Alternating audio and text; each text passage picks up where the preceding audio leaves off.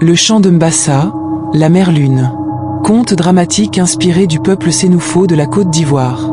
Il y a des saisons que même les ancêtres ne peuvent effacer, des ombres que la lumière ne peut chasser.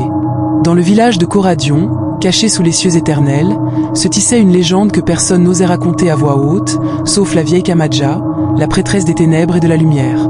Au cœur de ce village, vivait Mbassa, une femme veuve depuis sa jeunesse. Ses yeux, comme des lacs sombres, portaient les vestiges d'une douleur ancienne, celle du deuil qui n'a jamais voulu s'en aller. À l'âge de 25 saisons, elle avait perdu son époux, un guerrier d'une bravoure éclatante, emporté par une malédiction mystérieuse. Le vent murmurait que l'âme de son mari n'avait jamais trouvé de repos, et qu'un pacte était scellé dans l'ombre des étoiles. Le seul héritage de son amour disparu était Louné, son fils. Né lors d'une nuit d'orage d'un rouge incandescent, une couleur que les anciens appelaient la teinte des esprits tourmentés, son arrivée était marquée par un présage que personne n'osait véritablement comprendre. C'est un enfant du sang et de la lune, disaient les sages, destiné à porter la malédiction d'un monde oublié. Louné grandit, béni par les forces invisibles, mais chaque année, à l'approche de la pleine lune de sang, des phénomènes étranges se produisaient autour de lui. Les oiseaux, pris de terreur, s'envolaient vers l'horizon comme s'ils fuyaient un ennemi invisible. Les chèvres, enragées, se précipitaient dans les forêts comme des créatures possédées, hurlant à la lune avec une violence folle. Et, chaque fois qu'il passait près de l'arbre sacré des ancêtres, une ombre mystérieuse se glissait à ses côtés, à la fois frémissante et glacée, une silhouette mouvante que seuls les plus anciens pouvaient percevoir. Un soir, alors qu'il s'endormait, des voix commencèrent à lui parler. Des voix étrangères, multiples, s'entrelacent dans son esprit. La voix d'un homme ancien, rauque comme la terre craquelée par le soleil. La voix d'une femme écorchée, vibrante de douleur et de vengeance. La voix d'un enfant noyé, fragile et plaintive, qui pleurait dans les abysses d'un fleuve oublié. C'était la première fois que Mbassa comprenait que son fils portait en lui l'âme d'un démon. Dans les profondeurs de la nuit, Mbassa qui sursautait après un cauchemar se souvint d'un pacte oublié depuis très longtemps. Très tard dans la nuit, elle se rend alors à la demeure de la vieille Kamadja, la prêtresse des ténèbres et des mystères. Ses yeux étaient si noirs qu'on ne savait pas si elle vivait encore ou si elle était une âme errante, perdue dans les limbes. La vieille la regarda longuement, et d'un murmure qu'elle seule comprenait, lui révéla la vérité cachée dans les plis du temps. « Ton fils. Il est né d'une dette, Mbassa. Une dette que la lune exigea lors de sa naissance. Le soir de la naissance de Louné, tu as prié les esprits de la lune, implorant leur clémence. Mais le prix n'a jamais été payé.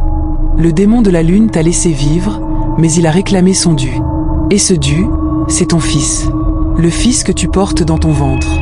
Le démon l'a marqué dès sa naissance. Mais sache ceci, il existe un rituel ancien, oublié des hommes. Un rituel interdit qui permet de briser ce lien. Mais attention, il ne sauvera que l'âme de Louné. Et pour ce faire, toi, Mbassa, tu devras offrir la tienne. Mbassa garda le silence, et un sentiment amer la traversa tout le corps et elle tomba sur ses genoux. Une nuit sans lune, Mbassa revint chez la vieille Kamadja, après avoir pris une décision qu'aucune mère ne devrait jamais prendre. Mais l'amour maternel peut pousser l'âme humaine dans des ténèbres qu'elle ne saurait imaginer. Le dernier chant de la pleine lune de sang approchait, et avec elle, une terreur inexorable. La forêt sacrée, qui abritait les secrets des ancêtres, devint le théâtre d'une rencontre fatale. Mbassa emmena Louné au cœur de cette forêt, là où les racines des arbres semblaient avoir une volonté propre. Louné, le cœur battant comme un tambour, sentait une présence étrange s'insinuer dans ses veines. Il sentait la créature en lui, affamée, bruyante comme un vent d'outre-tombe. Dans le silence de la forêt, Mbassa traça un cercle avec des cendres, allumant 3 cierges noirs, dont la flamme vacillait comme des âmes perdues. Elle chanta alors « Je suis la lune qui s'efface. Ma chair en offrande, mon cœur la paix. Laisse l'enfant, prends-moi. Oublie, prends-moi en sacrifice, prends-moi. » Ces paroles s'élevaient, vibrantes, portées par la douleur et la résignation. Mais à cet instant, la terre trembla sous ses pieds. Un cri guttural déchira la nuit. Une silhouette émergea des ténèbres, démesurée, une créature haute comme un baobab, sans visage, portant une multitude de masques. Les masques pleuraient du feu, et leurs larmes incandescentes glissaient sur la peau de la créature comme des rivières de magma. C'était le Niolet, le dévoreur des promesses, une entité que même les plus anciens ne pouvaient nommer. Il s'approcha, ses pas résonnant comme des échos d'une époque révolue. D'une main colossale, il toucha la poitrine de Mbassa. Son cœur s'arrêta, mais elle resta debout, sans faillir, immobile dans un élan d'amour insondable. Le Gnolet ouvrit alors sa paume, et déposa dans ses mains la chose la plus précieuse qu'elle portait, l'âme de Lounet, pure, intacte. Mais il lui dit alors: « Je suis venu pour lui. Mais c'est toi que je prends, car tu l'aimes plus que ta propre vie. Et l'amour n'a pas de prix. Ce sacrifice est ta seule rédemption. » Le matin d'après, lorsque le soleil se leva le lendemain, il s'étendait sur la terre comme une couverture de brume. Mbassa n'était plus. Son corps était retrouvé, les yeux grands ouverts, fixant le ciel avec une paix étrange. Un sourire flottait sur ses lèvres. À côté d'elle, Lounet dormait, indemne, mais vidé de tout souvenir. Il ne savait rien de l'abîme dans lequel sa mère l'avait plongé. La brume de l'oubli l'avait enveloppé, effaçant tout de sa propre histoire. Chaque année, à la pleine lune, il rêvait d'une femme debout dans la lumière, chantant pour lui. Un chant de douleur, un chant d'amour. Mais il ne savait pas qui elle était. Il ne savait même pas qu'il portait en lui une partie de son héritage. La vérité de ce qui s'était passé resta enfouie dans les racines de la forêt sacrée, un secret que même les ancêtres n'osèrent jamais briser.